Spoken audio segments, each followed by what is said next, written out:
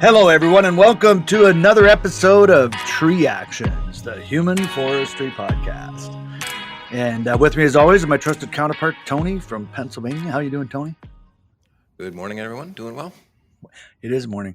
And all the way from the left coast, Mr. Scott Baker. Welcome to the show, Scott. Hey, good to see you guys. I know everybody's not seeing you, but I am, and so it makes the chat a lot more fun. Yeah, just some of our listeners. I had someone recently wonder where the rest of the episode was on our Instagram, and I said, "Well, it's just a teaser. We use video for only LinkedIn little teasers and for Instagram, but the podcast itself, unfortunately, is only audio. So if you're ever looking for the whole video, you're not going to find it." Well, Scott, without any further ado, I think we'll start off like the one common thing to all of our podcasts. They start the same but from where they go after that, nobody knows. But it's the question that we ask all of our guests, and that is, if you would share with us, please, the very first memory that you have where you felt a connection to a tree or trees. Well, I have listened to a bunch of your shows, and so I've been thinking about this. And you guys may not know, but I grew up in New York, in Westchester County, in Larchmont, Mamaroneck, New York. It's a heavily treed area of the country these days. Unbelievably, people on the West Coast don't really get that. But my parents had a house. There were trees. And apparently, since I was a little kid, I liked to go to the edge of things and was a climber, I guess. So my really first strong memories were of the oak tree in our backyard, which was fully branched to the ground, and probably a red oak, I think. And we climbed that tree all the time. We'd take our little army men up there and all that. And in fact, years later, when my parents sold the house, I climbed up to try to find enveloped army men, because, little plastic army men, but they were gone. They'd been swallowed by the tree. But the real memory comes from my mother, my mother got polio when I was 2 years old, and subsequently, after 14 months in the iron lung, gave birth to my brother, and then went into the iron lung, and then was in a wheelchair for the rest of her life, which turned out to be pretty long, 26 years. But she was down there on the patio and in her wheelchair, and she would yell, 3 points of contact. Wow. Go figure, So I always remember that. And later in life, when teaching people rock climbing and ice climbing and things like that, that's an adage. That's definitely a standard training comment on a rock gym or whatever. 3 points of contact for kids, And so that was probably really the start. And then I got to go to camp when I was 10 years old. I went to the same camp my father went to in Vermont, Camp Keewatin. We still have a camp. We have 3 camps owned by a foundation now, 2 in Vermont, a boys' camp and a girls' camp, and then we have a co-ed camp in Canada. And when I went there was a bunch of wonderful role models, the counselors, men. The older counselors were almost to a person, they were teachers during the rest of the year. And then they had like the usual college students, et cetera. But they had a fantastic teacher, a guy named Pat Partridge. And I remember him as an old man, when I first knew him, but he probably wasn't that old.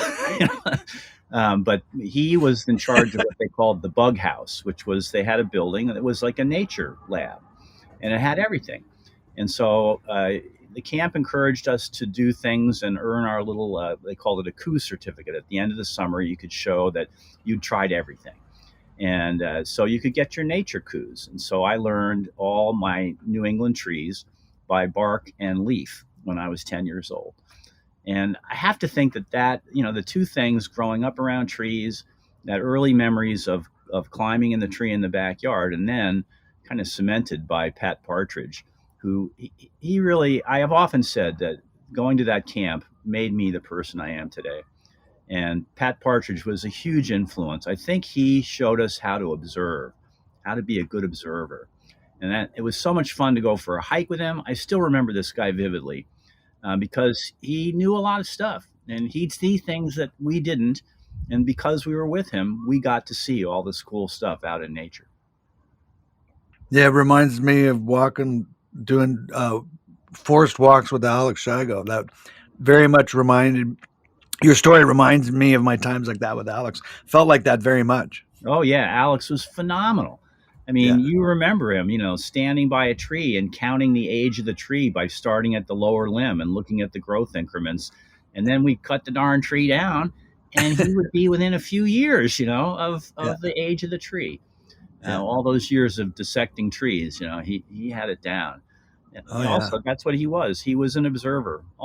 Most good scientists of his ilk, that's what they did. They made acute observations of things that other people weren't really looking at. I just want to circle back quickly to you earned coups, was it you said? Yeah, it was like they called it the coup certificate. So every group in the camp, they were all using the Native American stuff. Still do to some degree this day. So we had wigwams, the 4 different groups, age groups, and then each one would have the coup board, which had your name, and then it had all the things that you could do across the top, and they had little stickers that you got. So once you passed your swim test at one level, you got a sticker. Once you passed your canoeing, skills, you got a sticker. They had everything to chess. They had chess. They had campfire building. They had camp cooking on the list. Yeah. And so it was designed so that even the wimpiest, shyest camper could get through the summer and earn their coup certificate. And the staff were they were dedicated, smart people that wanted to help young people grow. And so I really don't remember kids not achieving that. And of course, it was, chest pounding rights if you had the thing filled up to the max. Right. Yeah. Right. You did them all. What language did coup stand for something? Or yeah, I think it was counting coup from the Cree Indian.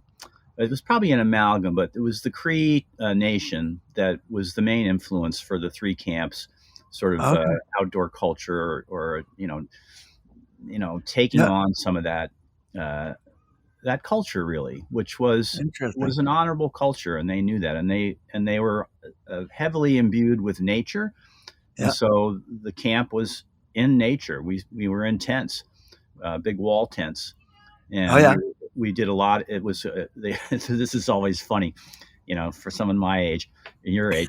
They was often called a tripping camp because we went on trips all the time. Right. So I actually got the award later in my years there. I got best tripper, which it predated my next best tripper awards. They're all in my mind. So it was a cool place. We went, there were every morning and every midday we got together around what they called the Indian circle, a circle of benches around a fire pit, and there were 4 of them each group. And the director would say, well, here's what we've got going on today, and you just raised your hand if you wanted to do that activity. And sometimes it would be like, tomorrow there's going to be a mystery trip, and you'd raise your hand, and if you sort of essentially signed up, the next morning, sometimes before breakfast, we'd pile into these old trucks. And in the early years, they used old military vehicles, reminding me of Don Blair's, passion for old vehicles. But that's what we had, these old trucks with wooden seats that bridged the wooden sides. And then they had canvas covers with hoops and no seat belts, nothing. And we went all over New England in those trucks. By the time I was done there, the rules and regulations and something called a seat belt was now common. And so they had to switch to like buses. But behind the truck would be a canoe trailer if it was a canoe trip. But, we'd go to Lake Champlain, to Shelburne Village, historic recreation village in Vermont, things like that. So it was a cool place. And how do you suppose they came up with the idea for identification? Doing that class? Like as a class, it's not, I don't think that's very common at a camp. Like I went to summer camp, but that was one activity I was never exposed to. Well, chess. So the camp was, clearly these camps were for upper middle class or even wealthy people. mean, I could drop names of people you'd recognize that went to this camp system. And they came from mainly the New York, Philadelphia. They had urban centers that fed them: Boston, New York, Philadelphia. A lot of the kids came by train. We usually came by bus from New York, and so I think the camp was founded by educators, both of whom I knew, Abby Fenn and Alfred G. Hare, who went by the nickname Waboose, which is the name for rabbit in Cree. Yep. And so they had bought this camp, and they had this idea that they wanted to have a camp that had opportunities to have major fun outdoors, but also to impart some knowledge. So even things like learning the rules of baseball. If you're really into playing baseball, one thing you'd learn is how to umpire and things like that. So it was, I think that's where it came from, Dwayne. It was that idea and the fact that so many of the staff were professional educators. Right. It reminds me of we had a contract working in the Cree Nation up in northern Saskatchewan, and it was a long program, a full blown. It was actually a utility tree trimmer arborist program, and so it was a month long, but we broke it into 2 segments. And part of the thing we had to teach them was ID. And what I was interesting, and it's like full Cree Nation. Like there's Cree radio, like the only radio station that you could tune into that you get service on was Cree. And so you'd be looking for a station and you'd hit, and they're talking Cree in it, right, with the odd English word mixed in, right? And there was English parts to it, but it was quite an interesting experience. But the identification portion, what I found fascinating is they all knew, because it was basic ID: birch, poplar, pine, spruce, and willow. They had a Cree word for every one of those trees. Oh, yeah. So I was like, well, why would I force them to learn? Like, I mean, we talked about the English names, but when it came time to their plant identification exam, I mean, all I had to memorize was the word that they used. And they actually did their exam in Cree as far as identifying the tree, because they just need to know they're cutting the right tree. It doesn't matter if they're calling it a birch or what, as long as they know, and I know that they know. So it was the first time that maybe there was a tree ID in Cree. Now, did they teach you the Cree words for trees as well? No, but where was the program held? Was it up by Chibougamau, way up? It was in La Ronge, Saskatchewan. Okay, Saskatchewan. So we were mainly in Ontario, and so when I actually outgrew camp proper a year early, because I was best tripper. I got to go on the senior trip a year in my first year in the senior wigwam, which is called Moose Lamoo. So, oh wow! So I kind of that was it. But the camp with Abby Fenn had several years before started taking trips into the Cree country up towards Hudson Bay. So when I was 15 and 16. I went on a 5-week and then 16 a 7-week journey, starting at camp in a truck, or a bus, and up into the far north, where we met one of several Cree Indian guides who were with us for our trip. These trips were super remote. On the really long one, we had a resupply by float plane, and we saw almost no people. If we did see people, they were local people. Fishing sturgeon and they weren't trapping at this time of year, but they had a lot of things that they were doing. So I got, Charlo and Matthew, the 2 guides that I went with, both taught us some Cree words, none of which I can remember, but they were really interesting people. They were really men of the earth, and they were so comfortable outdoors. The memories just come back. Charlo, he smoked a pipe, and on a rainy day, smoked it upside down. And one trip, that was the first trip, the Broadback River. We had to cross these huge shield lakes occasionally, pretty dangerous in open canoes.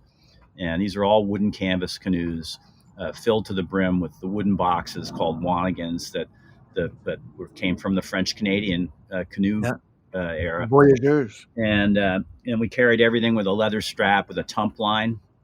So if you carried your canoe, you had your strap on the middle fort, and you'd roll your canoe up, and you carried it on your neck and a little bit on Yeah. your shoulders. And the same thing we didn't have packs. Sometimes we had Duluth packs, but mainly we just had a tump line tied to a wanigan. And then, so that'd be on your back, and then you'd throw a duffel bag on top of that. And we were told it was partially for safety, because if you fell down, everything fell off. So if you stumbled on the trail, you weren't trapped by a heavy pack or something like that. But yeah, so those experiences. So the year that that first year, we got stuck by a weather front, a wind front, and we were basically running out of food. I remember breaking open jam jars carefully, and then getting that layer off the inside of the broken glass, and then that was Matthew Neposh. He taught us all how to set snares. Well, we were fishing all the time. We ate fish usually 2 to 3 meals a day. Whatever had been caught, get fried up. And young teenage kids, we were hungry. But he taught us all how to set snares, and we had delicious, as I recall, rabbit stew. But I learned how to how to dress a rabbit. We all did. And it was kind of that was a good story to come back to. Yeah, you're good. It looks like you're prepared to get on the season of Alone. I got invited to be on one of these weird survival things twice now, because I'm not sure why, but I think yes, I would probably be a pretty good survivor. Yeah. So, far, so good. How did all of that translate, or how did your journey end up taking you into the world of trees and connecting to trees, almost as a career? Well, Grandpa Bartlett's crew used to come to my dad's house on 44 Colonial Avenue and prune the trees. And so that we really liked to watch them, do it. And so when after camp, after 2 years in the wilderness trips, I was again a little bit lost and being threatened with being sent to military school. Instead, the high school started an alternative program. They called it School Within a School, SWAS. So my mother, who was a very intense, super smart person stuck in a wheelchair, breathing with a respirator at night and conscious breather during the day, she was tough. But she was manipulative too. So she was helping. So she heard about the National Outdoor Leadership School. And so I came out west here in 1971 to go on a 1-month trip in the North Cascades. And at that time, a little state college had just begun here in Washington and Olympia, the Evergreen State College. And she heard about that. And it was clear that I was, a challenged high school student, not because of lack of smarts. I think probably because of my free spirit. But and those were the times. I mean, my goodness. But anyhow, I came out here and went on that Knowles course, and then I visited Evergreen, which was basically a construction site at the time. The few students that were there the inaugural year were housed in a motel and were doing their classes in other places. So when I came back, I did get through the senior year of high school using the School Within a School, and then the only college I applied to was Evergreen. So I ended up out here, and I had actually cut down a tree or two as a kid for neighbors, because my dad showed us how to use tools on his workbench, and he had a bow saw, and there was a neighbor next door, yada yada. So I kind of had an idea, and also from camp, I mean, we cooked on a fire. So those long trips, chopping and cutting up trees was done every day with a bow saw and a small Hudson Bay axe, because we cooked every night. We cooked a cake for dinner, and then we cooked bread for the next day, bannock for the next day. So we baked every night. So a lot of firewood. So long story short, first summer I come home from college, I worked for Eastern Mountain Sports in retail in Ardsley, New York. And it was like, hey, get a really good deal on gear, because by now I was into mountain climbing, rock climbing. And so that job, it was fun, but stuck in a store, and it wasn't that great. I didn't have the greatest outdoor summer that year. Let's put it that way. So the next, I went back to college, and I was didn't know what I wanted to do. So I decided I'm just going to drop out for a while. And I drove back to New York, and I'm like, well, I need a job. And I looked in the paper, and there was a job, Bruce Tree Service, for a tree climber. I'm like, well, I could probably do that. And so I applied and went to meet this guy. And pretty soon I was hauling hose on a spray truck and being shown how to climb trees. Um, you know, all, you've had other guests of my era. We're almost all of our, I don't know how old you guys are. I'm 71. Anyhow, so we're, there I was learning how to do this with Bruce, who had a business degree, but had spent some summers dragging brush for friends of the family. So he came back with the good connections, and he bought a spray truck and an old tree truck. He had no chipper the first few months I worked for him, no chipper. So I've heard some brush cutting stories on your podcast, and I could tell one of those. But and I saw that done for years into the future. Anyhow, Bruce he was not really a climber, but he was friends with a couple of tree services that were a little bit more experienced. And so that's how I started. He had a pair of spurs that we used. Eventually I bought a pair, and it was all manila rope, 3-strand manila. And I believe the harness was an early Buckingham that he had. It was all leather, weighed a ton. Mm-hmm. And then I still have my handsaw in the garage. I thought about doing this in my garage so you could see more of my weird collection. You're out here with my wood board right now. But right. I still have my handsaw with the little clip for the paint pot, on the end of it. And I still remember Bruce, if you came down and you had forgot to paint some cuts that could be seen, he would go, you left shiners in the tree. You got to go paint those. And you'd have to go back up and paint them because the clients had been trained, to expect not to be able to see the pruning cuts from the ground when the pruners were done.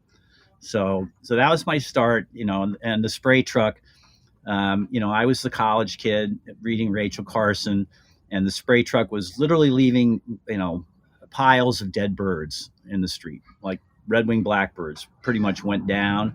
They're back now. But those insecticides poisoned the dreaded inchworm. And of course, the birds ate the inchworms, and they were thus poisoned themselves.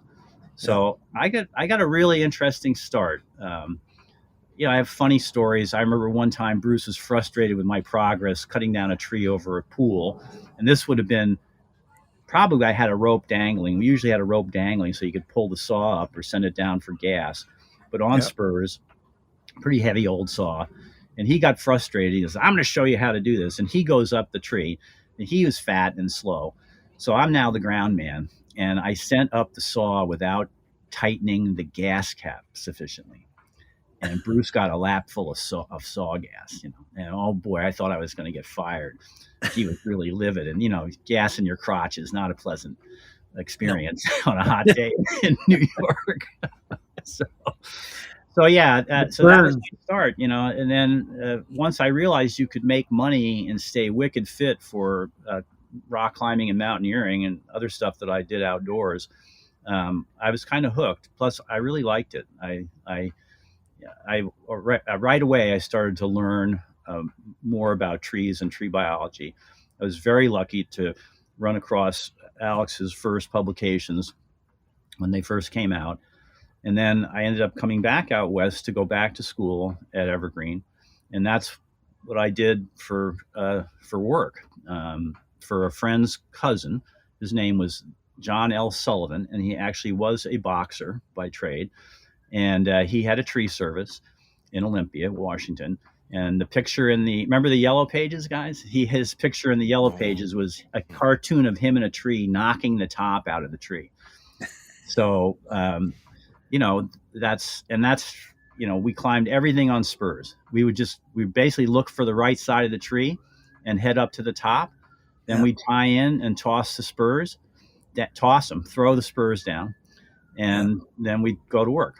And if it was a removal, it was old school, branches off on the way up and then block it out on the way down, or maybe fell or whatever, depending on the place. But a lot of the clients wanted firewood.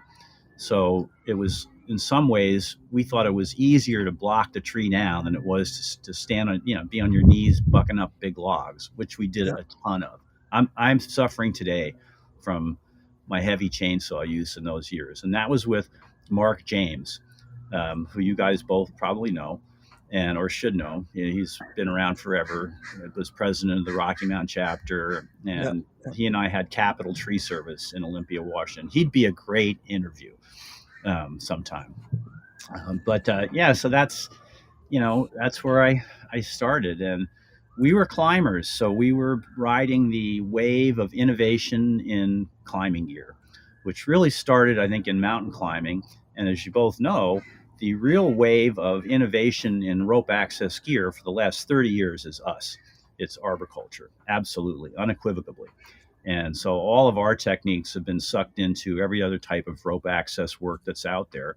But we came up to when the Pacific Northwest chapter was founded, Mark and I were the only people saying arborist in Olympia. The only people. People didn't know what it meant. They'd say, arborist? What's that? We were tree guys or tree surgeons or whatever. And so, we were trying to do the right thing. We were the first people to prune a tree properly on the Capitol campus. And there's historic trees there today, which I visit regularly. At any rate, we came to the chapter's first field day, and we were the only people using carabiners. Nobody else had a carabiner. Mm-hmm. By then, people were using like high V, and there were nylon ropes in play, and you had always had a climber that would show up to try to do tree work with a bungee cord rock climbing rope, and realize that didn't work too well. But it's astounding to think about that. No carabiners. Everything was snaps, and of course, we did not use locking carabiners at all in our work, because in climbing, you might have one on your kit for your main tie-in. And we were still tying into the rope with a bowline to a carabiner and with a tail for the knot. And we use the knot. If you look at Ashley's, it's the tarbuck knot. It was used for moving around the rigging in the tall ship days. But eventually I knew Blake, but we morphed along with the progress, but we were still pretty primitive in the way we did things. Literally did things on spurs that today I just shudder, to think that we did it. And we learned things from loggers, like we got a contract to prune in the state parks for safety. And that's where I first felled a tree over 6 foot diameter with my friend Jack. And we had only knew the basics by this old logger we had met in Olympia who shared with us his stories. And so he taught us also how to get up a tree that was too big to get the flip line to roll over. So there were two methods. If you did it by yourself, you used the barber pole method, where you just flipped one side and you followed that around the tree. Spiral around, yeah. And then he said the other method he didn't recommend because it required two people on either side of the tree, and they'd go 1, 2, 3, and they'd flip. And he said that always resulted in arguments and discord on the job site. So, communication across the opposite side of a large trunk. Well, our attitude was, particularly my buddy Jack, it was like, that flip line is a pain in the ass, And so we would just look for the lean of the tree and grab the bark and get the heck up there. And we had our big lanyard. We didn't call it a lanyard, but we all, on our harnesses, we spliced right to the D-ring. By the way, our harnesses were all home designed and made by Shelton Truck Bindery. I still have mine in the garage. And I have actually had a guy, Ryan Cafferty, dangled in it at a comp recently because he's still skinny enough to get in the thing. But we just had this, what we called a scare strap. You guys have heard that term, probably use it. But the scare strap was spliced to one D-ring, and then it had a carabiner spliced on the other end. And it wasn't adjustable. And, it was desperate times when you wanted to tie off, scare strap off, and it wasn't long enough.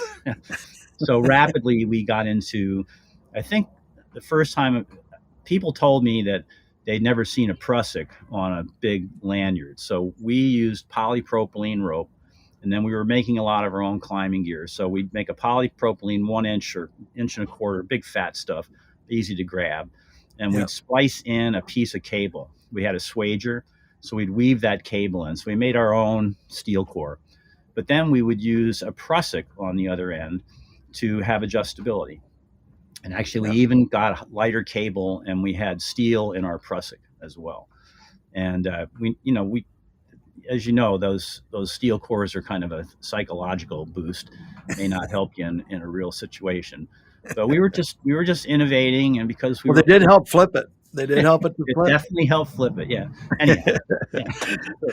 You know, I wanted to circle back a little bit. You mentioned all the way back to going out west, and you're the swash. I think it said you were called We was swash. in a school. Yep.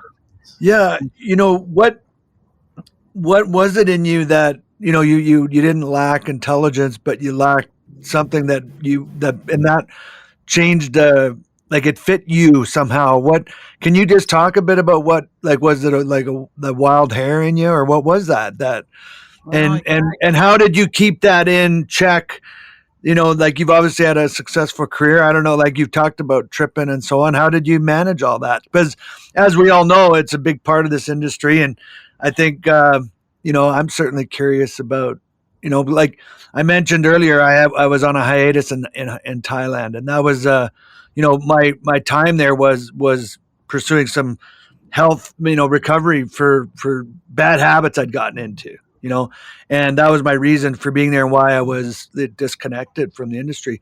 So, and that's a personal question, but I'm curious how, like, these choices you made or were given to you, it sounds like there was distractions of a personal nature that could have kept you in a different path. God. How did you navigate that? To this day, Dwayne, and both I mean, so I think that our group, our tree group, I have a lot of trepidation about the word industry. No offense intended, but back in the day, I always used to say, as soon as they add industry to something, you better watch out. So it's because it's true. So that kind of attitude I've struggled with my whole career. But no, so I think I was a little precocious. My parents were both in the publishing industry. We were surrounded by books. My brother and I had no limits on what we could read. We had an account at a little bookshop, Anderson's bookstore in Larchmont, New York, and we were allowed to go to the bookstore and buy a book. We couldn't buy 10 books, but we were allowed to. They had an account, and we were allowed to buy a book. So I think, and when high school came along, I really was not into the rigidity of it, and I wanted to ask too many questions. And I had some fabulous teachers in the early years of high school, but then I found myself quite disaffected. And yes, it was the 60s. A lot of things were going on, and pot came into being and was part of that world. And yes, I did trip when I was like 17 years old in high school, LSD. And, I never got that into it, but people did. But I think my way of thinking was a little different. I wanted to do my own thing. And I think this is not uncommon character traits for people that end up in outdoor industries. Like you guys, I've done a lot of training, and I had a great opportunity to be trained by a trainer from Great Britain, from the Lantra group. This is the first batch of track instructors that weren't part of the committee. And that gentleman was phenomenal. That was that's like quite a few years ago now, but he really put me a step forward in my thinking about how to talk to people and share what I knew, what I'd learned. But back to the how did I get? So the school within a school gave us the ability to design some of our own curriculum. And they had clearly picked faculty members, one of whom, Michael Franzblau, I still talk to on a regular basis. He's a powerhouse. He's 80, 88 now or something like that. And they knew they had the kids that were a little bit wandering. And so, I was able to get credit for my outdoor activities to get my physical education requirements met without playing baseball or football or basketball, none of which I was interested in. So my dad managed to take us skiing, made us skiers, which was unbelievable given his circumstances with his wife in a wheelchair and 2 full-time help just to keep the household running, basically taking care of my mom. And you know, I built a geodesic dome, a sphere for math. You know, so part of my math requirements were met by doing something that put math into something actionable, something that I could see and manipulate. And it's interesting because I did have some regrets later on. I really had to learn more math and more physics, particularly as my career developed more into the consulting realm in arboriculture, the knowledge realm. But that, and my parents were supportive, but I put them through the ringer, I'm sure. I remember my mom in tears in the guidance counselor's office, you know, because I only wanted to apply to Evergreen State College, and they wanted me to apply to these little places where I might shine, but they were like boring places in Pennsylvania, and I had no interest in that. Evergreen, as you may know, was an experiment that's been hugely successful to this day, and there were no grades and no majors, and so that school within a school kind of prepared me for that. And I'm a reader. I read all the time. In fact, it's almost a character flaw for my family and my spouse, etc. It's like, where's Scott? Well, he's got 3 minutes extra. He's whipped out a book, and it's even worse now with a tablet where I can have, you know, dozen libraries at my fingertips. But that's kind of where it happened. And Dwayne and Tony both, no offense, but I do think we are a bit of a tribe, the tree people, you know, and the treehouse people, they are genetically different. They are definitely, they make some of our most unusual arborist pals look calm and quiet in terms of their abilities and imagination, and they're super smart. It's just like, you know, when I teach arborists, when you teach people that are doing tree work who are not arborists, they know a lot, but they don't have the vocabulary. Nobody has said, oh, this is what that is. This is what you saw yesterday when you chopped up that big tree. This is what that means, you know, biologically. And I find that when you approach them that way, wow, they light up, because you're acknowledging that they're not just dummies out there hanging onto a chainsaw. A lot of them, that's their job. They have to do it. And I have found, and I've talked to many other instructors that agree, when you give people that spark of knowledge, when they realize that I know something, you know, it gives them professionalism. It's the first step at leading someone to realize that whatever job they're doing, you can do it as a professional. It's one of the main lessons. Well, it's a repeated lesson or phrase in the Train the Trainer that I developed and we've taught for many, many years, is people don't care what you know until they know that you care. You know, and there's a way to navigate that in a sincere, truthful way, right? Like I don't know how you explain it, but people can tell or sense your genuineness or your sincerity, right? And Pretty much, you know, yeah, there's so much of that. Like, if you've stayed in the industry or business or whatever you want to call it, vocation. I don't know what term you use, and that's fine. It's I mean, the anarchist exists in us all to a certain extent, I think. But I am not an anarchist. I am a rule follower. Oh, that's Tony. I'm a rule. I'm a rule pusher. I mean, I'm not going to accept something that I don't necessarily agree with, but I'm a big believer in that we need the rule of law and we need a cooperative approach to things. So, you know, anarchy isn't going to work too well for a lot of people, especially when you realize that somebody has to organize to build that road you drove to something on, etc. We're in the throes of this right now, not to digress, but right. So you asked about those other, you know, so you mentioned the tripping. So, I am still a cannabis user, mainly medicinally at this point, but I am a believer in moderation, and I definitely come from a long line of alcoholics, and wrestle with that still. I enjoy my beer, um, but I've somehow managed not to go off the deep end. But at 71, you realize that your body is a temple of sorts, and you're going to wear it out quicker or not, depending on how you behave.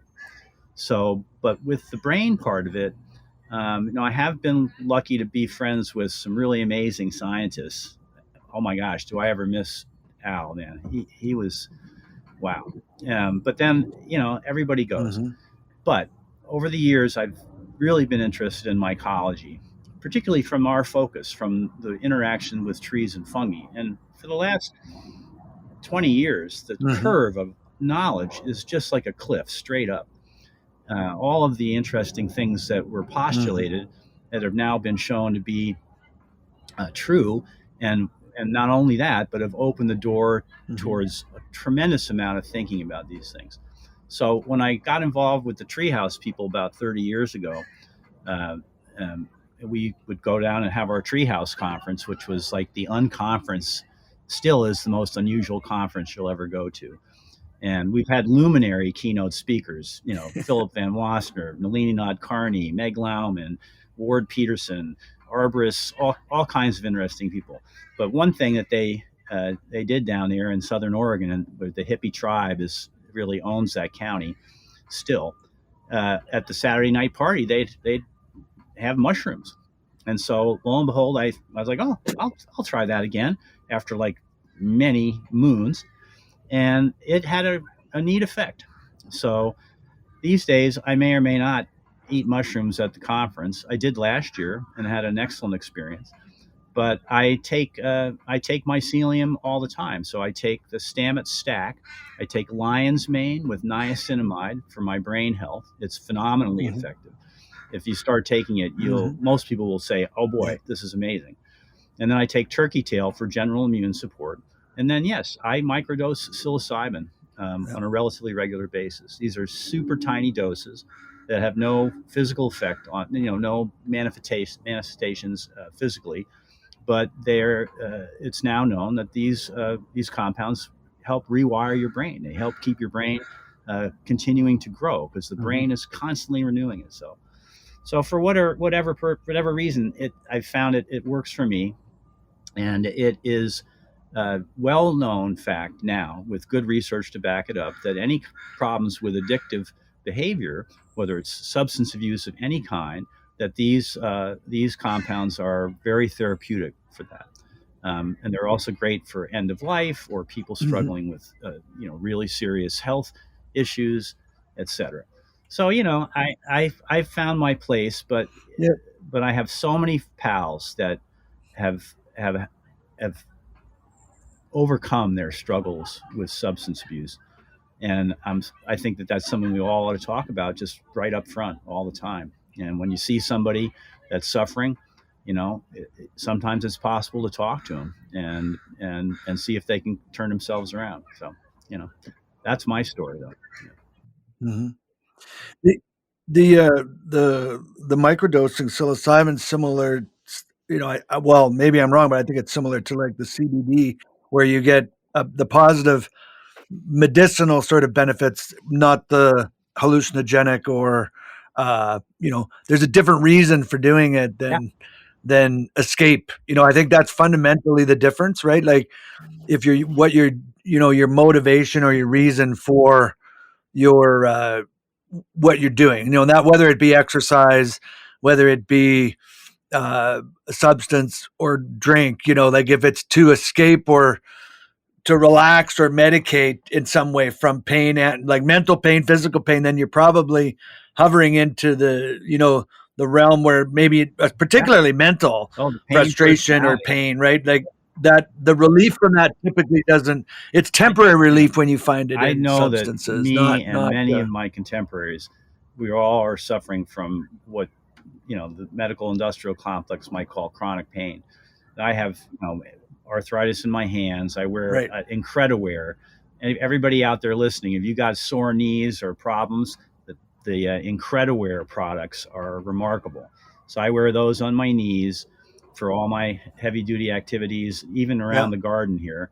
And then I wear these compression, they're circulation gloves at night. And those in the morning, if I wear those gloves, my hand is functional in the morning. If not, it takes me a few minutes to get particularly my right hand moving again with minimal pain. Yeah. So you know, as you get older, you've got to do something. And I think that these pharmaceutical approaches, the CBD, CBG, it works very well for a lot of people. And no, CBG is these are all the cannabinoids version? that are cracked out of cannabis. Right. So, but anyhow, it's, you know, you have to figure out how to keep your body going. You have to keep moving, and anything I can do to allow me to keep doing the things that I'm doing. I mean, last summer I got to climb 12 300-foot giant sequoias. I mean, at age 70, I mean, it's like, if I didn't work at it, I couldn't do it. The climbing is the easy part. It's getting to the bottom of the tree. That's harder and harder. 600 foot line and all your stuff. Especially when they're especially the big ones in the woods. We got to get you guys out to volunteer. Tony, you'd have a blast. Yeah, it'd be fun. Hey, I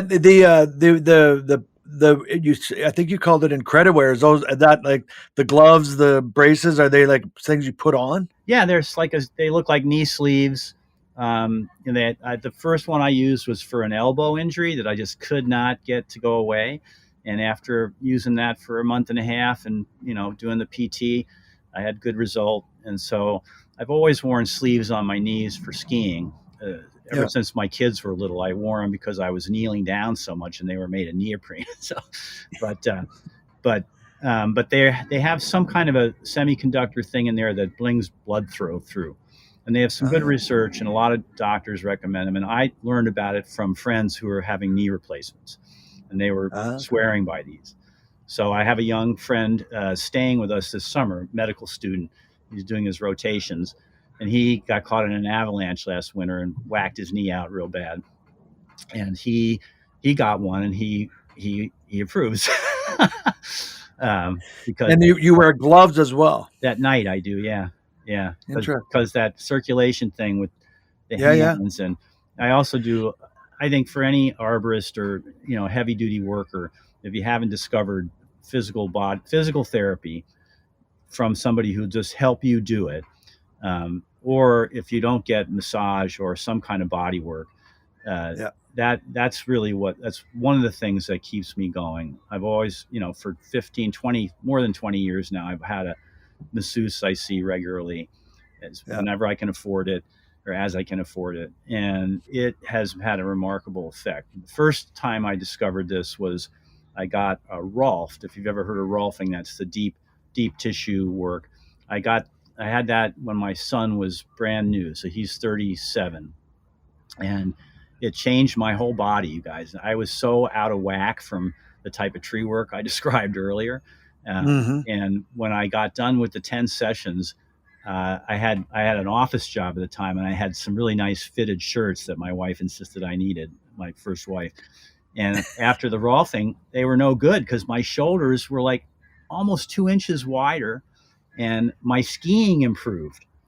Wow. Because I was, you know, with the blocking down trees, you're picking up the saw with your left hand and then pulling the trigger with your right. And it was completely ergonomically a disaster. So that started me on the path of realizing that not only keeping physically active, but getting some help with your body is really good for you. It'll extend your career, and your family will think you're less grumpy. And things like that. Rolfing. I don't know if I've heard the term that way. I've heard of deep tissue, but maybe is that an older term, or is that still what it's called? Yeah, Ida Rolf. Okay. The German person. Oh, I see. It's like when I encourage people to try massage, many people are kind of too shy or they have problems. but I always say, look, you have to go to the same person again and again, and they'll learn about you.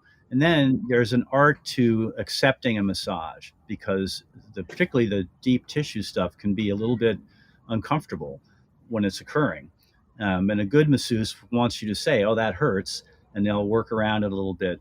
But that type of massage breaks up the connections that develop over time between your fascia and muscle tissue.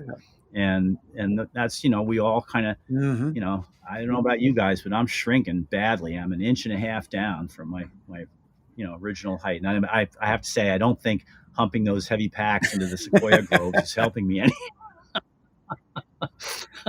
I routinely, I did twice a week. I had Thai massages, like full body Thai massages, and they, like with those Thai ladies, like they walk on you and everything, man. And they're like basically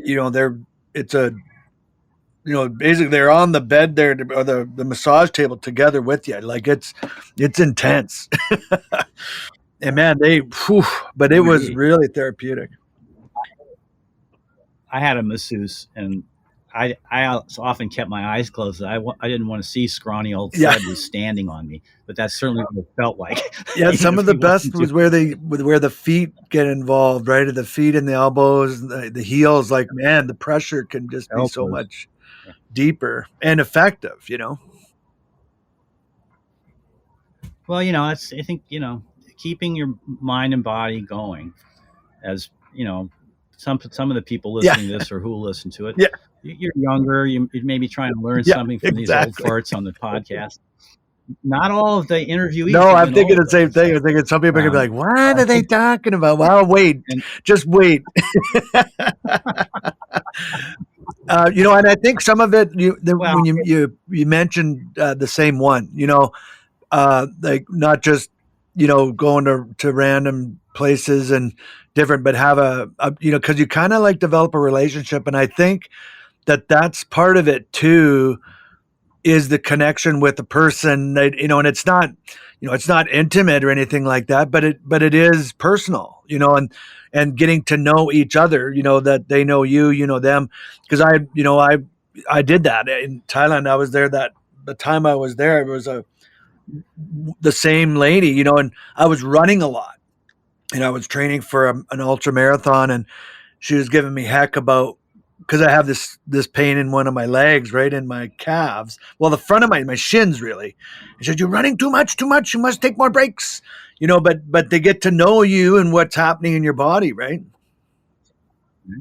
It's like having a good mechanic that it really is, because like Genevieve is the person I've been seeing now for the most part. She's also 71 years old, and she knows what I'm doing. So, and at the end of the ski season, for instance, she knows I'm, what parts of my machine need some mechanical help, and generally I do, so not because I've been injured or anything, just because overuse or adequate. Well, and I think that's important. That's something that I had to figure out or come to understand, is for the longest time, if I wasn't working out like I did when I was the fittest in my mid-20s, or I didn't look or feel like that, then something was wrong. I was doing something wrong.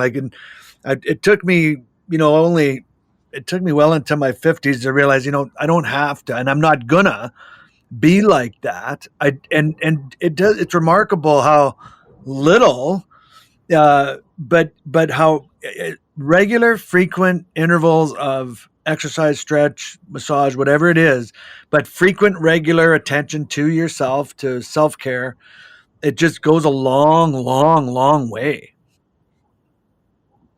It does.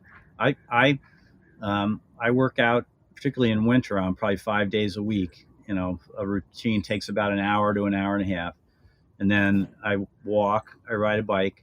In the summer, my wife Janice and I swim about, we're swimming like 1,000 yards. We're open water swimmers in lakes right near us. And I have a rowing machine that I get on now and then. And, if I'm going to do something, like 2 years ago, I did the Tour de Trees, and I thought I had trained enough, but that was such a difficult ride. Mhm. Emro came with me. I suckered her into that. And she survived.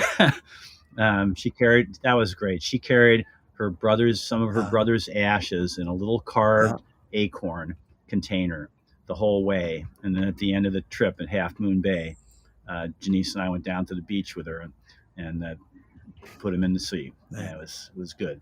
But the training, it takes a lot of training. The older you get, the more you have to do, and the key is Mhm. not overdoing it. I have a lot of stamina as long as my butt is used to being in a bike seat. Um, Generally, I'm going to be okay. I'll be the last one in, probably, or close to it, but I don't really care. That trip in California, though, that was if you've never heard this, it was 420 miles, 5 days, 31,000 feet uphill. It was Yeah, unbelievably uphill. challenging and unbelievably scenic as well. But I made about 85%. Yeah. It was quite a trip. So you guys, there was quite a few of our contemporaries, and the older gang, amazing that they're two beyond category climbs in a day, and they're still out there. So it was inspiring. I think that to anybody listening, if you like riding a bike and you want to further your career in arboriculture, consider riding on the Tour de Trees. It's been a remarkable event. Started right here in the Pacific Northwest, and we've raised a tremendous amount of money that's going to educate and provide more scientific research for our community. So it's a wonderful, fun thing to do. You don't have to be a super jock. There's SAG the whole way. We have tons of events along the way, uh, so that it's not like a race, and it's not some kind of I'm going to kill myself event. You can do it at any level. Yeah, I've So heard there's that. my pitch for the I've tree fund. considered it many times. I haven't yet uh, pulled the pin on it. I've never been a big biker. Is really the main thing, but it's still in my thoughts. You- No, I Tony, do don't you need ride a another bike? hobby. I got enough hobbies. I'm the kind of guy, like, if I get into it, I can just see myself getting into it, and I don't need another hobby. Yeah. This is I'm like, spoken like a I'll wise stick with man. my feet on terra firma and my current hobbies. I don't need to pick up another one. Yeah, I have too many it is hobbies. easy to get distracted, but the squirrels that spin the wheel in my brain can get distracted and on all sorts of topics. Well, a lot of us arborists would probably get labeled by a psychologist to be AD to the Yeah, yeah, yeah, ADD, yeah. AD to the eighth, maybe. And I think it's my personal opinion that many of these labels, making what I consider human behavior, part of the human condition, Hmm. into a pathology is not No. necessarily a great thing. I mean, in my life, I've watched the era of drugging kids who are just kids, and they're on the human condition. They're not on the spectrum, something negative and pathological. They're just another Yeah. weird human.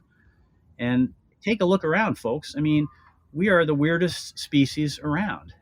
We're so individually unique and mentally acute or not, Mm. and you just never know. So it's I think that like when I tell people about pruning trees, it's like, okay, here's a situation where you're going to make maybe 100 decisions or maybe more, each of which is irrevocable, and that's your job. And there's no plan that you can have a prescriptive pruning, uh, Mhm. you know, note from the bidder or somebody who took Ed's class or Ed Gilman's class, but in general, you're the one who has to make all those decisions all the way through. And then the safety trainers are very good at trying to help people figure this out because it's the same thing. And with regards to safety, every one of those decisions could have a really negative effect on you or one of your coworkers. So, in a way, having that kind of brain that bats around a little bit is good as long as you can focus and you know the intent at the end of the job. You know, what is the intent of the job? What you're going to look back at and see when you're done. It could be a stump, or it could be a tree, with, I would say, the minimum number of pruning cuts to get the job done. You know, so, you know, in my world, as a consultant, it's always interesting to interact with people doing the physical work of manipulating the trees. And in our consultancy, almost everybody climbs, and we're outdoors a lot, but we are not a tree service. We don't have trucks or chippers or anything like that. Thinking about trees is really complicated, and you can simplify it. I would say to people to try to keep interested in your job. The more you know about trees, the more interesting your job might be to you. Because again, you can feel like a professional. You can educate the people you're helping manipulate trees that grow on their property, learn a little bit more. And hey, you know, that always feels good at the end of the day. And, you know, I have to admit, it's kind of fun to have to dismantle a big tree, but I think it's more fun to go back and see a tree that you've pruned or helped with several times over the years. Even if another company has taken over that work, which is so common, you can look at that and say, I helped. I did something that made a difference over the long term. And it's at this point in my career, I'm really interested in trying to share what I know and inspire other people. I mean, Al Shigo was the first person that said to me, "Scott, you're good at explaining stuff. You should teach." I thought he was crazy. You know, it's like, oh, you got to be kidding me. I was wet under the ears and, you know, wet behind the ears. And, if, you know, there's a picture of me on the back of one of his little pamphlet books, the tree pruning book. And I have hair, you know. And we're all, you know, you remember the workshops where anybody at their microscope had a question, you raised your hand, then you stood up. And Dr. Shigo would come over, he sat down, and you stood up. And then he would look in your microscope, and if it was something interesting, we would all be like right over his shoulder, you know, and then we would take turns looking in whatever, you know, Dwayne or Tony, who had asked the question, saw in their microscope. And it's, well, I think I think a lot of it comes down to, you know, getting right back to the ADHD and the diagnoses and labels these days. Accountability and maturity are two words that come to my mind that, you know, these words are, you know, and I don't know how I'm going to put this, not used enough, or it's not recognized enough. There's a lot of passing the buck and labeling things to explain away what's going on. Whereas, you know, when you're talking about the ownership and the agency and pruning a tree, yeah, there's an idea of what you're supposed to do, but when you're the one up there, like, you know, that's a way to breed accountability and maturity, because you're making those calls and that decision, and the product at the end is a creation of yours. What a great way to create, you know, and I think that's what attracts sometimes people to this, particularly this industry, right? And then even dismantling a tree, you know, it's hard when you got a chainsaw in one hand and a rope in the other, and you're 80 feet in the air. Wait a minute, chainsaw in one hand? Pretty accountability. Well, accountability and maturity comes together there pretty significantly. Otherwise, you're going to have some serious consequences. I never said one handing the saw. I was just using an illustration. I'm teasing you. You know, I mean, let's not go down that. But getting back to the ergonomics, like, you know, I've often used it as when, you know, to discourage what I call a bad habit of one handing. It's like, you know, who goes to the gym with a 20-pound barbell or a 10-pound barbell and does, you know, 500 reps with their right arm and nothing with the left, right? Like, what's going to happen over time? Like, and do that for years. You know, when Mark James and I had Capital Tree Service, we ran the top handle home lights. We had like 6 of them, because they broke like every other day. And we did everything with a chainsaw. We always carried a handsaw, but we never used it. In fact, at some point we probably just didn't. But we would prune firs for people. We had 2 things that we did. One is we had a contract with a, TV stereo shop that put up antennas. So once a month, Oh yeah. we would meet the band from Desco Electronics, the only place in Olympia at the time you could buy a TV or a fancy stereo, and we would go out with the guy, and we'd go to somebody's house. We'd pick a tree. We'd go up. We'd top it out. We'd make a spar out of the top 4 feet. We'd screw on a mast for the antenna. We'd haul up the antenna, and then we'd move it around while the guy on the ground found the best angle for a signal. And then we come down, and then we would give the people a card and say, if you don't call us back, your TV is going to stop working. Because, Douglas firs is mostly what we're putting them in. They just grow back and beat the band. And then after about 3 years, you have a bunch of branches battering the TV antenna to death. So it was good business. But the other thing we did was clean out firs. So we would just take a pattern of branches off. And then for everything that was left, right down the middle of the tree, we'd skin all the fir, all the little shoots off the interior parts of the branches. And we did that, reaching down with the home light, one hand. And eventually we realized to avoid doing damage to the branch, which resulted in a lot of sap problems, we had a little bead welded along the bar right behind where the chain ran. So when you scraped the bar along the tree, it was held out a quarter inch or so. And oh God, so we did do that a lot until, we got religion, and then we stopped. Right. Well, I guess it'll remain. Maybe it's a perennial controversy or topic. I'm not sure what whether you're speaking of anarchy. It seems to come up in every conversation of this sort. But people can learn. Years ago, I got approached I was giving field day presentations. When I came back to arboriculture, I immediately started to get asked to talk and educate. Because I had been working in the alternative energy field for quite some time. And then I worked as a developer of urban and rural properties for quite some time. Arboriculture has always been my avocation through everything else I've done. But I was given a talk, I think it was down in Oregon for the chapter, and there was this guy in the back of the crowd. He didn't fit in, definitely not an arborist. And so at the end of the talk, he comes up to me and he's like, hey, I'm building tree houses, and I need some help. I need to learn more about trees. And his name was Michael Garnier. And nowadays I call him the godfather of tree houses in North America. And so I went down to visit with him, and he was a really remarkable guy. And he had a tree house that he built that he was renting out in the early days of, vacation rentals.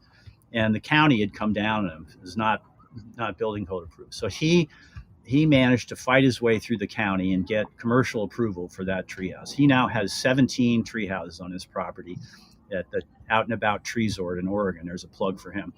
And, the treehouse gang coalesced around his place down in Oregon. So almost 30 years ago now, I think this might be the 30th year, we started the World Treehouse Conference, which originally was called THC, the Treehouse Conference. And definitely, yes, the play on word, because where they live down there is definitely one of the THC. It's one of the origins of commercial cannabis production in the U.S. Anyhow, I got involved in that world, and talk about a bunch of people who are hungry for knowledge. They realized pretty quick that they were screwing up the trees that they really cared about and that they didn't understand at all. And so all of us, the three of us, have you guys knocked an old kid treehouse out of a tree or cut down a rope swing that was going to kill somebody? So good arborists know how to do that without offending the client. They're like, wait a minute, but anyhow, the treehouse people really they have amongst them really good arborists and ecologists who understand that they're going to have an impact on the tree with what they do and how to minimize it. And they've learned from people like myself and many others that I've coerced into coming to this weird World Treehouse Conference. And then through that, the same gang heard about a group called the Association for Challenged Course Technology, ACCT. They're a big group, not as big maybe as ISA, but they're big. They have huge conferences, and they have an ANSI standard and an ASTM standard. So with Michael Garnier and another guy down in Oregon, we sort of reinvented the Treehouse attachment bolt. I was the biology person, Charlie Greenwood was the engineer, and Michael Garnier, kind of a hands-on or line, rule of thumb engineer and a brilliant entrepreneur. So we invented the modern Treehouse attachment bolt, or tab, which is used generally. This most common thing you're going to see in the world of tree. My consulting group, we call everything like that tree supported structures. So when you look at the earnings for the year, it's going to be, development consultation, residential consultation, legal work, appraisals of different kinds, and then tree supported structures. So for almost 30 years now, our little business has had a really good component of that. And I've turned on dozens of arborists around the country because these folks would call me, and I'm like, well, it's not going to pay for me to come to New Jersey to look at your tree you want to build a tree house in. But I happen to know, Harry Banker in New Jersey, and who's open-minded, and he'll come look at your tree. And if he has questions about what you're doing, he might call me or whatever. But it's been really fun to see that happen. It's kind of like the recreational tree climbing thing. I think, to me, these are really positive signs because it's people in touch with nature, people, as Al would say, touching the tree. And the treehouse thing, it's got that I word attached to it in some way now. So you're seeing what I refer to as house in a tree, where a tree house to me is a little more modest. And to this day, my favorite tree houses are built by kids with lumber stolen from a construction sites, and they're dangerous as heck, and they're not going to last very long because the tree will just push them off. On the other hand, when you get a dad involved or a mom who's good with nails, they will attach to the tree to the point where it's really going to cause a problem pretty quickly. And so, right. In the modern world, there's amazing stuff being done. Did you guys know that there are 76 canopy walkways on the planet? 76, including the one in a bunch in North America. But the most recent, and in my opinion, the most spectacular, the Redwood Skywalk at Sequoia Park Zoo in Eureka, California, where my mother in her wheelchair could be 100 feet off the ground in a redwood forest. ADA, California ADA all the way. That's Americans with Disabilities Act, ADA, which didn't exist when I was a kid with a mom in a wheelchair. And so when you see these things, they are groundbreaking. In Eureka, I went down several times to speak to the community because this is their beloved park, 80 acres, including redwoods up to 12 feet in diameter and close to 300 foot tall. And people love the park, but the park was really had problems, and the zoo, also owned by the city, adjacent to it. So I and others helped convince the community that this was actually a good idea. That community needed to get tourists to stay there. It's a beautiful place to visit. Fabulous opportunities, beaches, mountains, trees, everything. Rivers, you name it, fishing, blah, blah, blah. Anyhow, we convinced them to do it. And now when I go there to inspect the trees, people will come. We just go in uniform. We're like a zoo exhibit. So if we need somebody to clear the ground, if I'm having to climb up and look at fittings, there's a docent that keeps the zoo visitors away. But generally, people ask us questions, and all three of us from Tree Solutions have had people come and say, I wanted to say, I apologize for being so negative about this when the idea was put forth. This is one of the best things to happen in our community. I bring all my visitors here. I'm now a zoo member because I like to come for a walk here as often as I can. So those in other places around the world, these walkways have saved a forest by creating a revenue stream other than resource harvest. And so, in particular, Meg Lauman, for people listening, if you don't know Canopy Meg Lauman, you look her up. She is a force of nature and one of the best tree educators on the planet. And I'm privileged to serve with her on the board of Ancient Forest Society.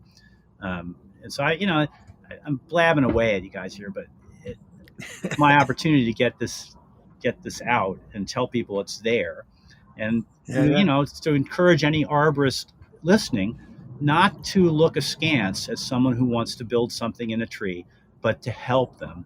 And in so doing, you can teach them quite a bit about trees.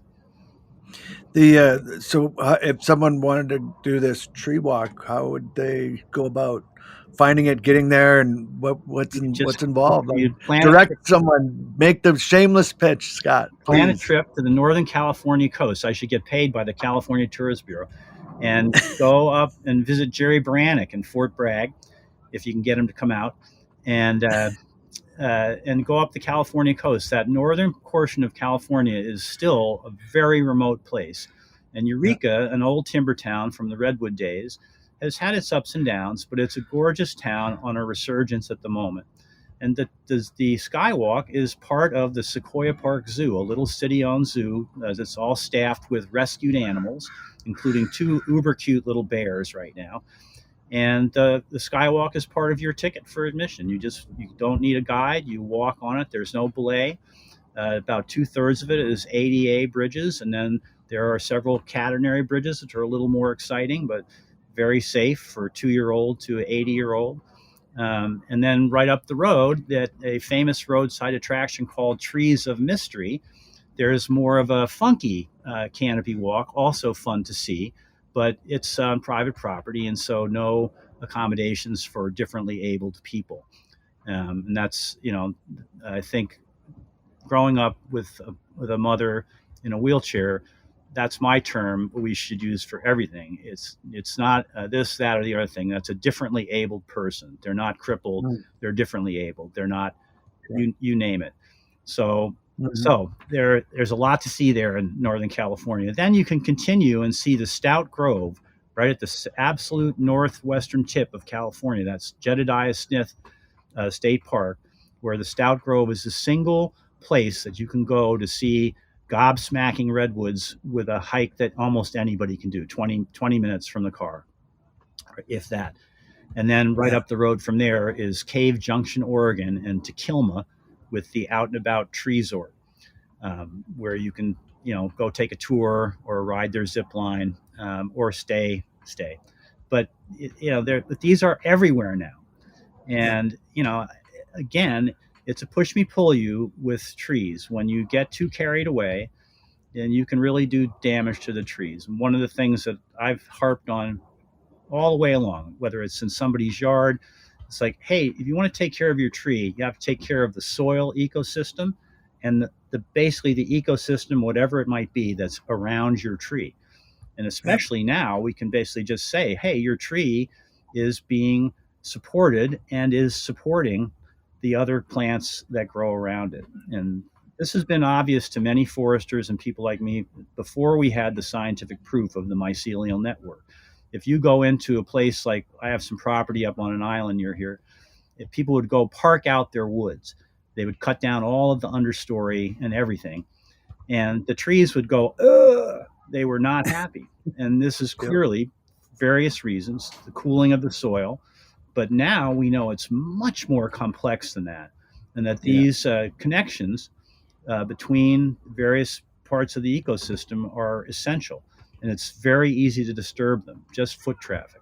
So that Redwood Skywalk, when you see it, either on your computer or whatever, that was built with, the only time we touched the ground was Tree Solutions inventorying the trees, and then the designers had to get down there with their lasers and stuff to get the levels right. But the entire thing was built without touching the ground. So this is Synergo out of Portland, very, very experienced builder of challenge courses, etc., zip lines.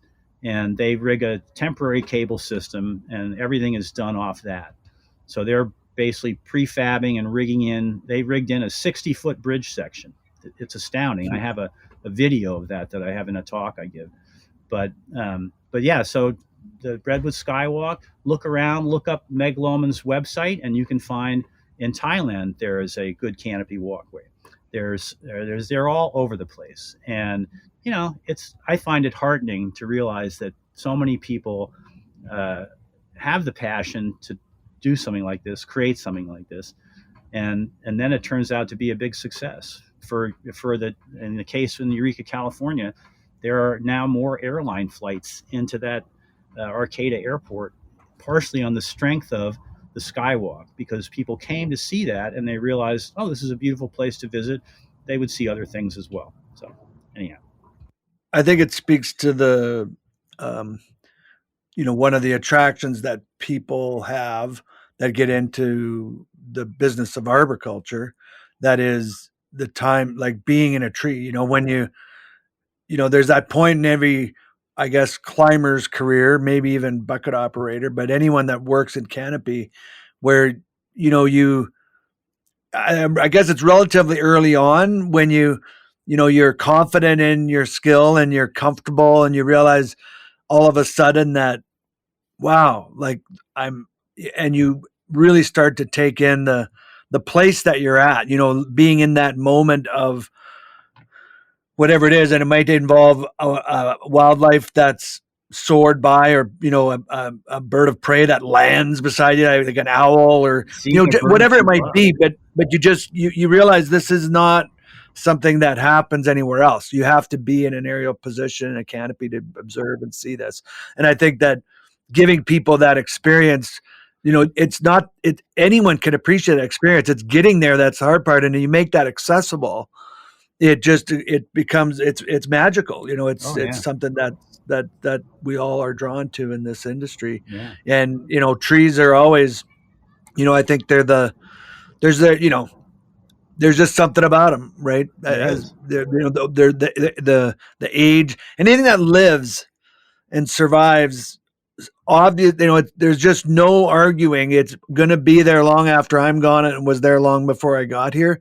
There's something in that organism or that life force that touches us as humans. Isn't it surprising though how few people seem to, or how many people don't really get this? They're like, when you say to them, that tree, if you didn't cut it down, because you don't really have a good reason, you might be saying that, it would be there long after you're gone. And somehow there's I have to say that to me, this is the bad side of capitalism. Because if everything is just about money, then everything else might just vanish to some degree. But it is. It's astounding to climb. Like Emro and I got to climb a tree called Orion in the Mariposa Grove. It's 100-meter giant sequoia, and the giant sequoias are not generally as tall as some of the redwoods. The big redwood that Philip and I worked on with Lothar Guck, the inventor of the tomograph, that one is over 100 meters, 350 feet or 347 feet. But the tree that we climbed is supposedly could be as much as 4,000 years old. And so to go up there and sit at the top, whoa, we were just like, we were in tears for part of it. I'll be honest. I also have a gear story from the top of that tree. I got up there first, and a young volunteer named Trent was up there. He's off the entry rope on an old lanyard, and he's got an ART positioner on the thing, and that's all he's got. And I'm looking at this thing, and I'm like, Trent, where'd you get that? I mean, there's no paint left on it. It is like worn smooth. Where'd you get that? Oh, Anthony and Wendy let me use this. We love these. And I'm like, dude, that thing is like 20 years old. And I just been to a comp where they're like, hey, those are, there's a time limit. You can't use one that's old. I kind of freaked out. I think I freaked him out for sure. I'm like, oh man, I don't think you should trust that. So when we got down, I got right on the phone. I called a nice guy Dave at Westbur and said, can you help my friends out here? I sent him a picture of this thing. He freaked out. So, I think I have one that Hubert gave me. It doesn't even resemble the current design in any way, shape, or form. And I still have it.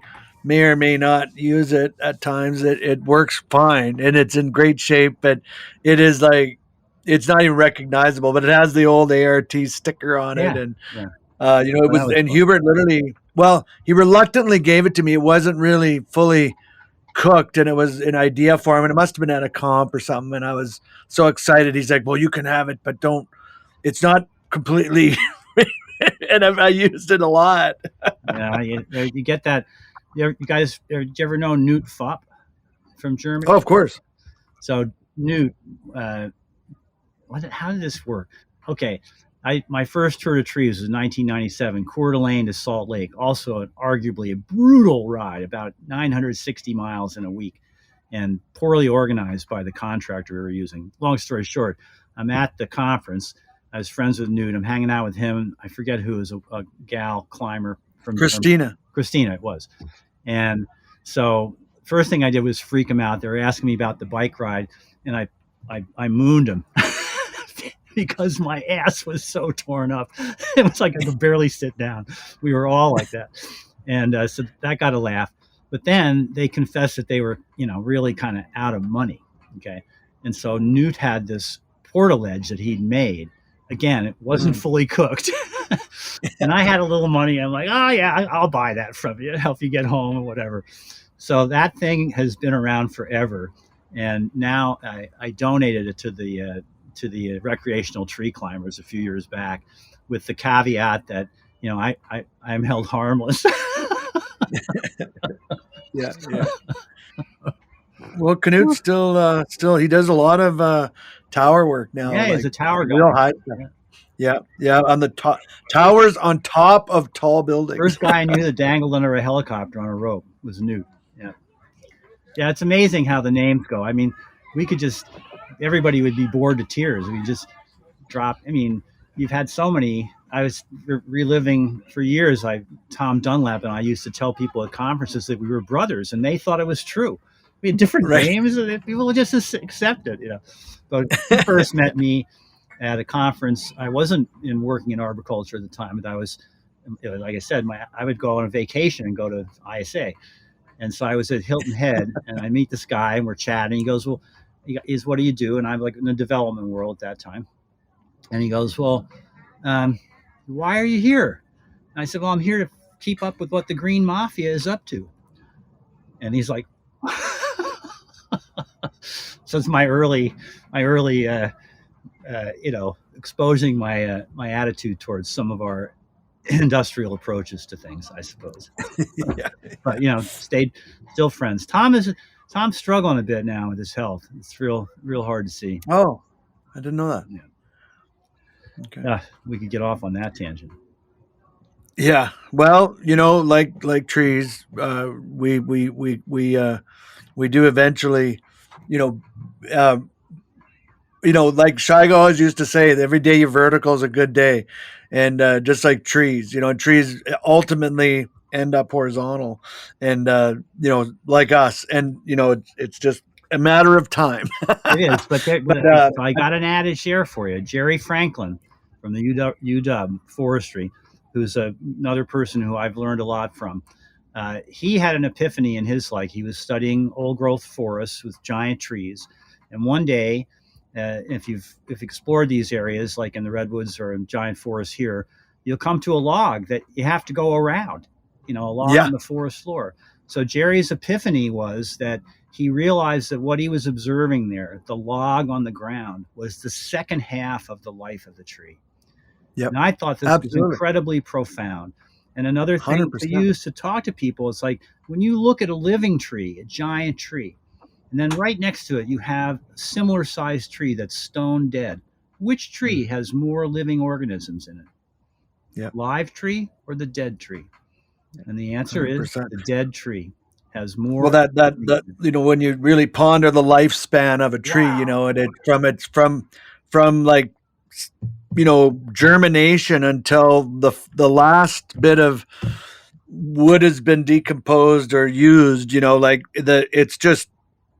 it's mind-boggling almost, like, and I don't know if anyone's ever fully tried to capture the length that is, but and the contribution that continues. And I think that for me, and this, maybe we can wrap up with a little concept of this, but like the human forest idea, that's why I wanted to, and I do try to ask most of our guests, and I'd like to ask you this, like, but like how much our legacy is like that log laying in the forest, right? They say you die three times, right? Once when you actually pass, once when you, was it three times? But the last time you die is when the last person utters your name. There you go. Which is like that log finally not recognizable in the forest floor anymore. And even then, there's probably a long period. So, would you be willing to or able to articulate how being part of trees, and and it kind of ties in with our first question, but it's in a different way, like has impacted you personally, spiritually, as a person, as a member of the human race, as a member of the planet, how the lessons you've drawn from trees and being part of this forest, the connections, the mycelial mat that is Scott and everyone around him. Can you share with us about that a little bit? Yeah, I think the trees and the forest are my spiritual place. And, I'm fond of some good adages for people to remember, such as all tree pruning is for people, not for trees. And I'm a big fan of tree pruning. I think it's a great thing, but trees don't really need that. It's something that we do. And so we anthropomorphize a lot of things. And yes, we're all going to be mulch. And in Seattle now, we have 2 companies that will create a yard of soil out of your corporeal body when you pass. And all they are adding to, do you know how they do this? They do nothing very fancy. They basically put you in a bed of wood chips off a tree truck. And then they have a temperature and humidity controlled chamber. And in 6 weeks, there's nothing left except soil, which you can cart away and put in your garden or plant a tree or whatever. But that concept, humans, I think our anthropocentric approach is clearly hitting a dead end for the planet. We're all going to be mulch, even in, to carry this into somebody's yard. The idea that we have to clean up every bit of nature that occurs as a result of a plant growing and dying, or growing and having a cycle on your property, is so at odds with everything we know about biological components of soil and how to grow a garden, etc. And yet we have, an industry built around this. And, I've thrown a few stones out there. I try to be kind about it, but, we really have to think carefully about this. It's like, hey, okay, the absolute worst thing I've seen invented recently, I thought chainsaw on a stick was bad. But of course, those in good hands are a useful tool.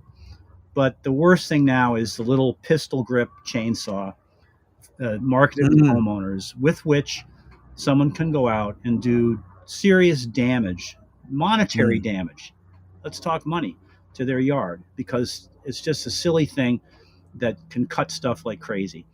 And pretty soon somebody's going to hurt themselves with one, but it probably has already happened. But back to the whole, the philosophical point, I am positive that if you touch trees, it does something good for you.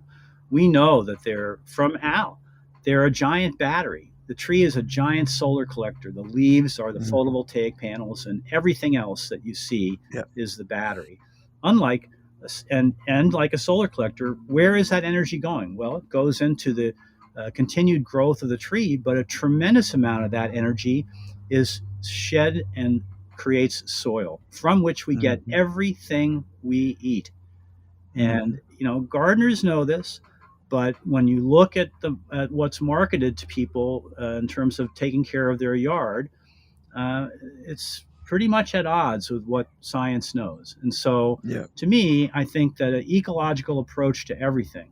I tell clients when I'm doing consults in residential yards, I ask people to think about their yard and their house as part of the ecosystem. I mean, how is my house different from a bird nest? It's really not. Of course it is, but it's not.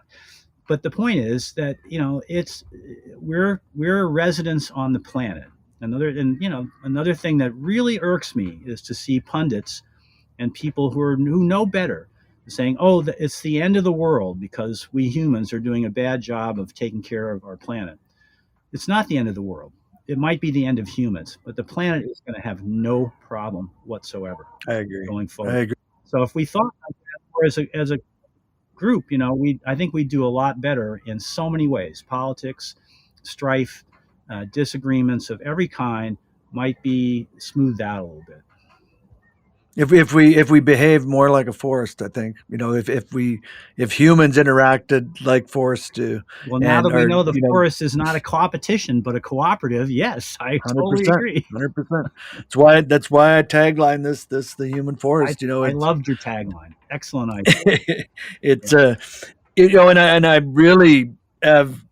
I'm wrestling with the end. My end, because I don't know where it started for me, but realize, I guess, when my parents passed, and like because now they made a law here in this province that you have to, your coffin actually has to be in a cement vault for safety reasons or something. And it's like, you're not going back to nothing. That's crazy. And I'm like, I want to go back. I want to be that log on the forest floor, not a log in a box in a cement box that's never going to contribute back to anything. Well, there's a lot of places where they're out of room for burials. So, and that's the other thing. Yeah. You guys know Francis Schwarze, the great mycologist, material scientist, arborist from Switzerland.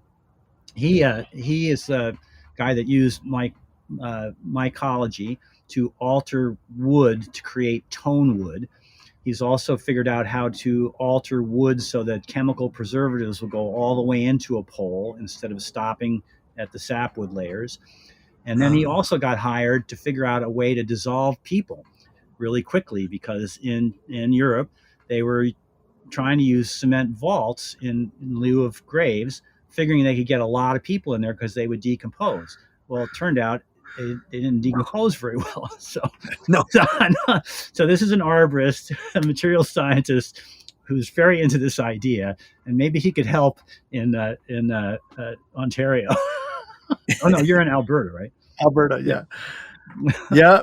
Well, it's been a great conversation, Scott, and I'm sure we could go on and on and on. Yeah. Well, maybe we'll get to do it again, and I would love to see you guys in the flesh at some point. So.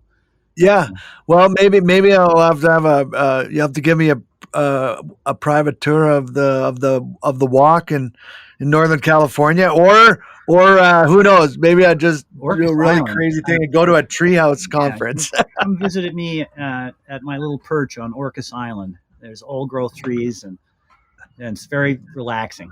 Yep. All right. I'll definitely might just take you up on that. Careful what you wish for. Thanks a lot for having me, fellas. You're welcome. Great. Yeah. And I think, I wish that everybody out there could see us, because for me, having this conversation, it would be so different if we were just on the phone and I couldn't see your ugly mugs. It's like, it's like you both have gotten old, and particularly you, Dwayne. I mean, my goodness. Well, the last time we kind of cavorted, I don't know what city it was in and what it was at, but we carried on a little bit. It would have been, do you remember that? It was in the U.S. somewhere. I think Oregon, or it might have been Oregon. Yeah. I was speaking at something and you were too, I think. I can't remember. Probably that's probably a Talking Heads. Yeah, that's right. All right, fellas, I got to go talk to the hearings examiner.